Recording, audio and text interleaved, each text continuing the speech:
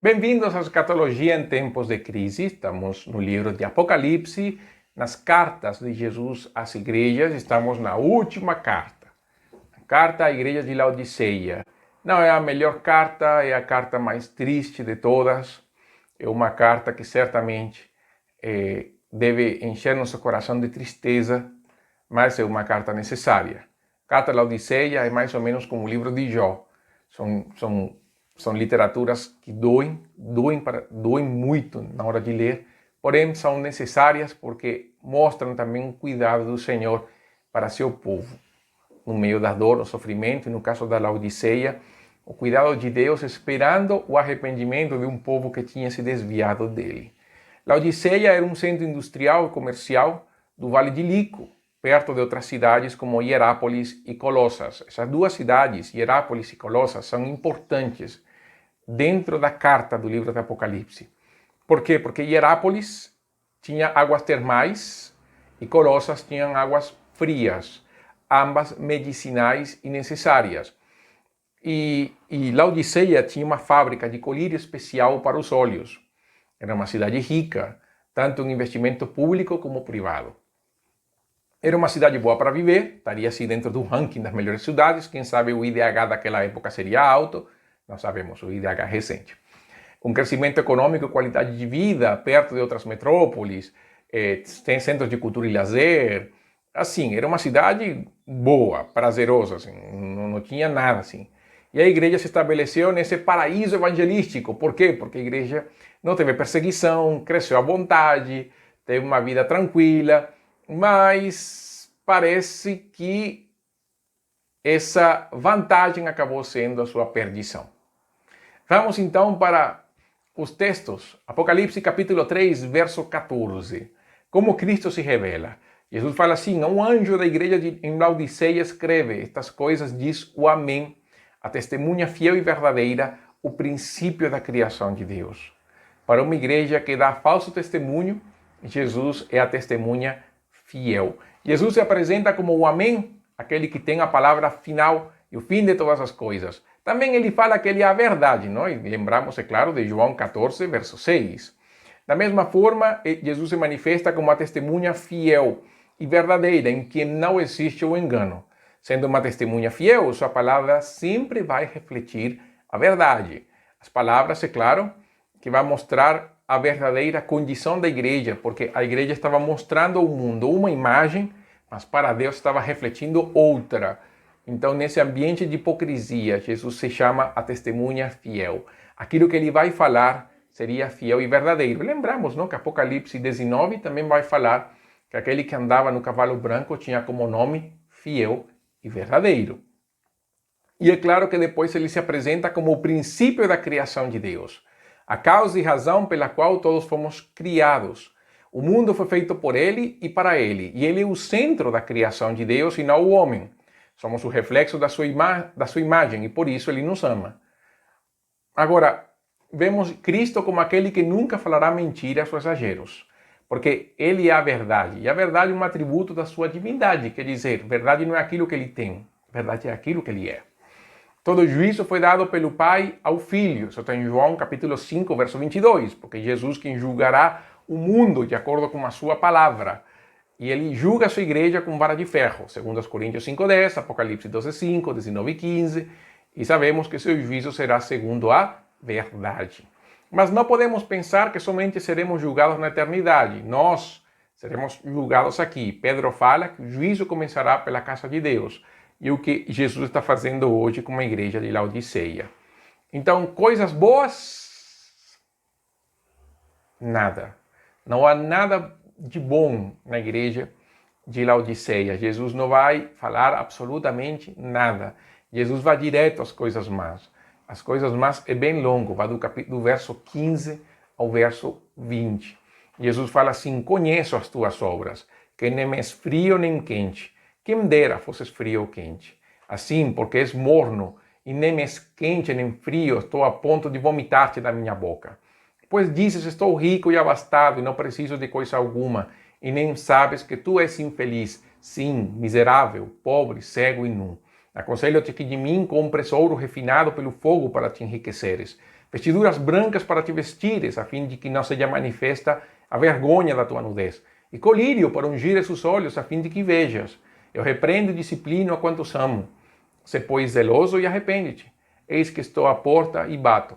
Se alguém ouvir a minha voz e abrir a porta, entrarei em sua casa, cearei com ele e ele comigo. Laodiceia tinha se perdido em todos os sentidos. Um sentido errado da sua identidade, um sentido errado da sua missão. Ela precisava urgentemente revestir sua vida de Cristo, se despojando do mundo.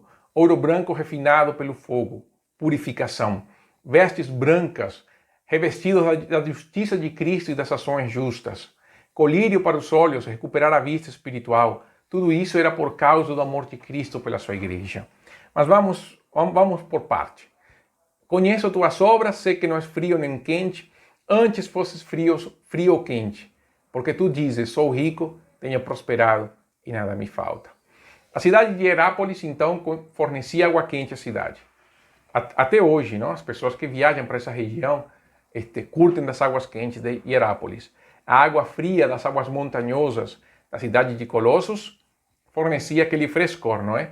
Então, o que a Laodiceia fez? Por um sistema de tubulações, eles tentaram levar a água quente para a cidade de Laodiceia e a água fria também para a cidade. O resultado, a água quente esfriou, a água fria esquentou. As águas chegaram mornas. E Jesus está falando isso. Vocês estão tendo esse problema. Antes de falar sobre a condição da água fria, de ser frio ou quente, como ser salvo ou não ser salvo, na verdade são duas coisas que podemos ver aqui. Comodismo e falta de propósito. Comodismo por quê? Porque eles, ao invés de ir até Hierápolis ou de viajar até Colossos para desfrutar das águas, eles preferiram fazer um grande investimento para, dentro da comodidade da cidade deles, terem a possibilidade de desfrutar das duas águas. O investimento deu errado. Nós sabemos hoje que isso jamais ia acontecer. Mas também isso aconteceu à igreja. Se para a cidade podemos dizer que foi por achar melhor receber a água morna do que ter que ir a saciar essas águas, a igreja justamente pensou com aquela frase, não? Assim está bom, assim como está é bom demais. Ou essa falta de querer mudar. Por quê? Porque são uma igreja que tem tudo que poderiam precisar. Lembre, Laodiceia era uma cidade boa para viver. A igreja esteve numa situação privilegiada e isso tornou a igreja cômoda. Sem perseguição, sem opressão, sem nada, a igreja não tinha por que melhorar. E parece que foi assim, bom, do jeito que está, tá bom, não é? Então para que mudar? E aqui então o que aconteceu? Eles deixaram de depender de Deus como a fonte, deixaram de honrar a Deus como Deus e não se esforçaram para crescer na humildade, no crescimento espiritual e na vida do serviço. Da mesma forma, cresceu a dependência humana, mas nas suas forças e capacidades, tornou a igreja um centro humanista ao invés de cristocêntrico. E a falta de propósito, porque o efeito terapêutico da água quente e o refresco da água fria se perde por causa das tubulações, não? Tendo uma água que ninguém gostaria de beber. Eu acredito que você em algum momento bebeu água morna. Ela dá uma pesadez estomacal muito forte. Assim, a igreja tinha deixado de exercer sua influência no mundo. Não cura, não sacia, não faz nada, o sal que perdeu o seu sabor. Assim, a igreja tinha deixado de exercer sua influência no mundo. É a luz que ficou escondida dentro da casa. Nós podemos ver essas duas características em algumas pessoas que participam dos nossos cultos hoje. Uma apatia na hora de envolvimento nas disciplinas espirituais, o sentimento de, pelo menos quando falam assim, tá tudo errado, alguém deve fazer isso, mas nunca se dispôs. Nunca fala assim, olha, eu vou fazer. Conta comigo que eu vou aportar, ou pelo menos aportar uma saída, não aporta nada, não fala nada. São aqueles que gostam de apontar os problemas, apontam os problemas dos outros, mas para ele está tudo de bom. E são aqueles que também falam, eu sou assim, não vou mudar. E ali então nós vemos pessoas sem propósito, pessoas que não têm responsabilidade, pessoas que não querem se envolver. O que Jesus tem a dizer? Jesus fala para aqueles que são mornos. Estou a ponto de vomitar-te da minha boca. E Jesus continua dizendo, mas não sabes que és infeliz, miserável, pobre, cego e nu. Jesus vai mostrar dois exemplos, as águas e a condição dela. Ela queria ser fria e quente ao mesmo tempo e não conseguiu. Ela era uma igreja rica, mas na verdade estava em pobreza espiritual. As palavras de Cristo são duras. Vomitar é uma reação própria do corpo humano para se manter saudável.